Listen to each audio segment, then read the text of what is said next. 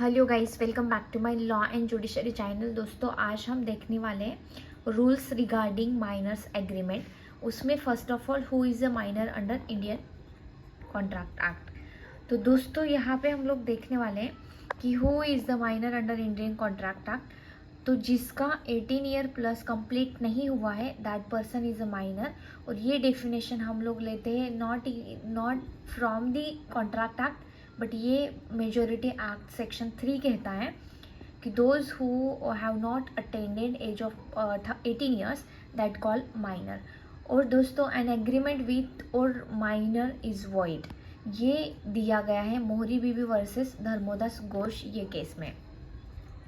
तो दोस्तों, देख लेते हैं nature of minors agreement void होता है। A minor sold he shop to the buyer, made the payment but he sale deed could not be register. जो सेल डीड था वो रजिस्टर नहीं हुआ था, इसकी वजह से बायर ने सेलर के ऊपर, मतलब यहाँ पे जो माइनर है उसके ऊपर कंप्लेंट फाइल किया। बट कोर्ट ने कहा, the court held that a contract with a minor is void and the money that has been paid can not be reclaim. आप उसे रिक्लेम नहीं कर सकते हो। तो दोस्तों, सेक्शन 68 कहता है माइनर के साथ जो भी कॉन्ट्रैक्ट किए वो सब आप वॉइड माने जाते हैं और आप उसमें रिक्लेम नहीं कर सकते। बट यहाँ पे contract for necessary of life, अगर कुछ नेसेसरीज सप्लाई की गई है, is supplier by another person और with necessary situated to his condition in life, तो उसके लिए अगर कोई भी सप्लाई किया गया है तो वो माइनर से रीपेमेंट कैसे कर सकते हैं। Such supplies is entitle to be reimburse from the property of such incapable person. जो माइनर है उसके प्रॉपर्टी है उसको सेल आउट करके उसी प्रॉपर्टी में से आप उस जो रीएम्बर्समेंट है वो कर सकते हैं। ये सेक्शन 68 कहता है। सेक्शन 65 इसका जो इलुस्ट्रेशन दिया गया है सेक्शन 68 के, वो आपको याद रखने हैं। Then minor as a promisee और बेनिफिशियरी, जो भी माइनर के बेनिफिशियरी के लिए कॉन्ट्रैक्ट होते हैं उसमें आप माइनर का जो भी, यहाँ पे एक इंश्योरेंस कंपनी उन्होंने नुकसान किया था तो माइनर ने उसका रीपेमेंट करने के लिए केस फाइल किया था। तो कोर्ट ने कहा माइनर के साथ कॉन्ट्रैक्ट तो वॉइड है, बट माइनर अगर प्रोमिसी और बेनिफिशियरी है तो वो कॉन्ट्रैक्ट लीगल हो जाते हैं। तो यहाँ पे रॉबर्ट वर्सेस ग्रे, इस केस में रॉबर्ट वर्सेस ग्रे में क्या हुआ था, जो माइनर है उसके साथ प्रोफेशनल बिलियर्ड प्लेयर कार्ड होता है, वो प्रोफेशनल गेम खेलने के लिए एक के साथ कॉन्ट्रैक्ट, जो प्रोफेशनल सिखाते हैं उनके साथ माइनर ने कॉन्ट्रैक्ट किया था। तो रॉबर्ट जो माइनर है उसने कॉन्ट्रैक्ट किया था, तो ग्रे ने उसमें प्रॉमिस किया था he will took that Robert for that game and take him along on his foreign tour for an agreement amount of money. So यहाँ पे कोर्ट ने हेल्ड किया, यहाँ पे जो ग्रे है उसने फुलफिल नहीं किया उसका प्रॉमिस, तो court held that in this case the court held the contract as a valid because it was for the benefit of the minor. तो ये माइनर का कॉन्ट्रैक्ट है। अनदर जो the general American insurance company limited, Madan Lal Sonu 1935, इस case में भी x minor है, उसने इंश्योरेंस कराए थे खुद के गुड इंश्योरेंस कंपनी के। तो इंश्योरेंस कंपनी जो गुड्स डैमेज हो गए थे उसके लिए उसने एक्स जो माइनर है उसने सूट क्लेम किया था कि मेरा जो नुकसान हुआ है वो आप भर दो, ऐसे करके।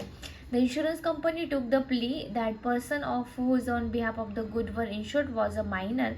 कोर्ट ने कहा था वो माइनर भी है, फिर भी what judgment belong to the court.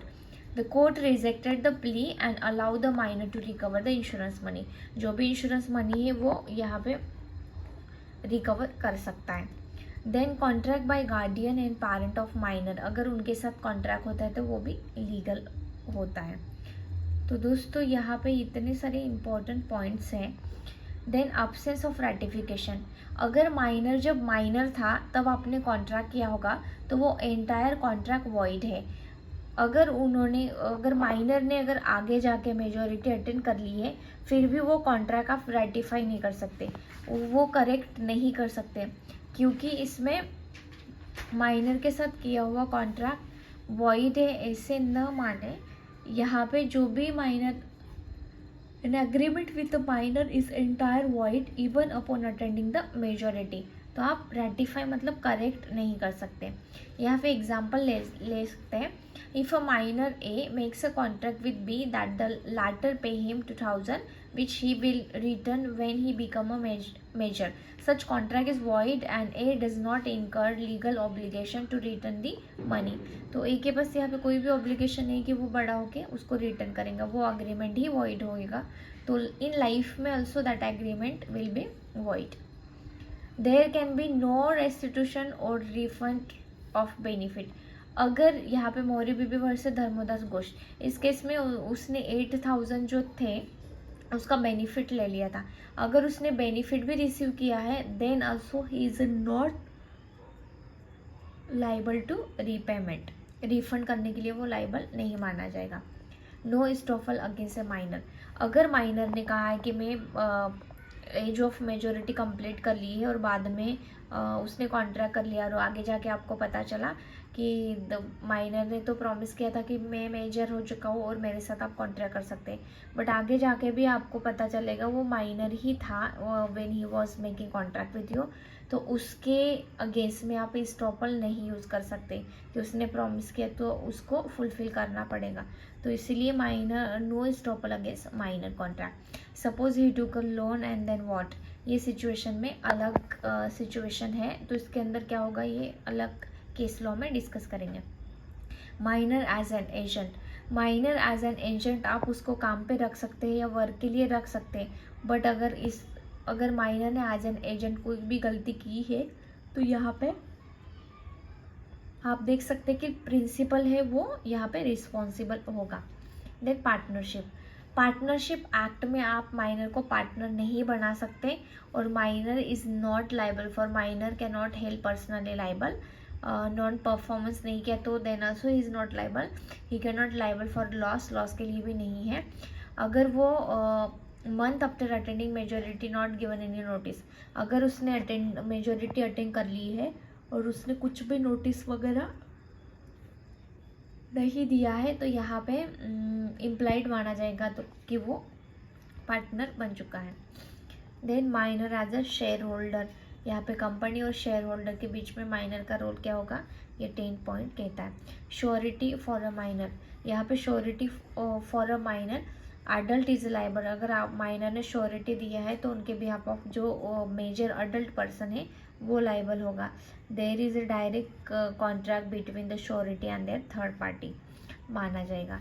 Then no insolvency. Minor के इसमें minor can not be declare insolvent since they are incapable of incurring debt.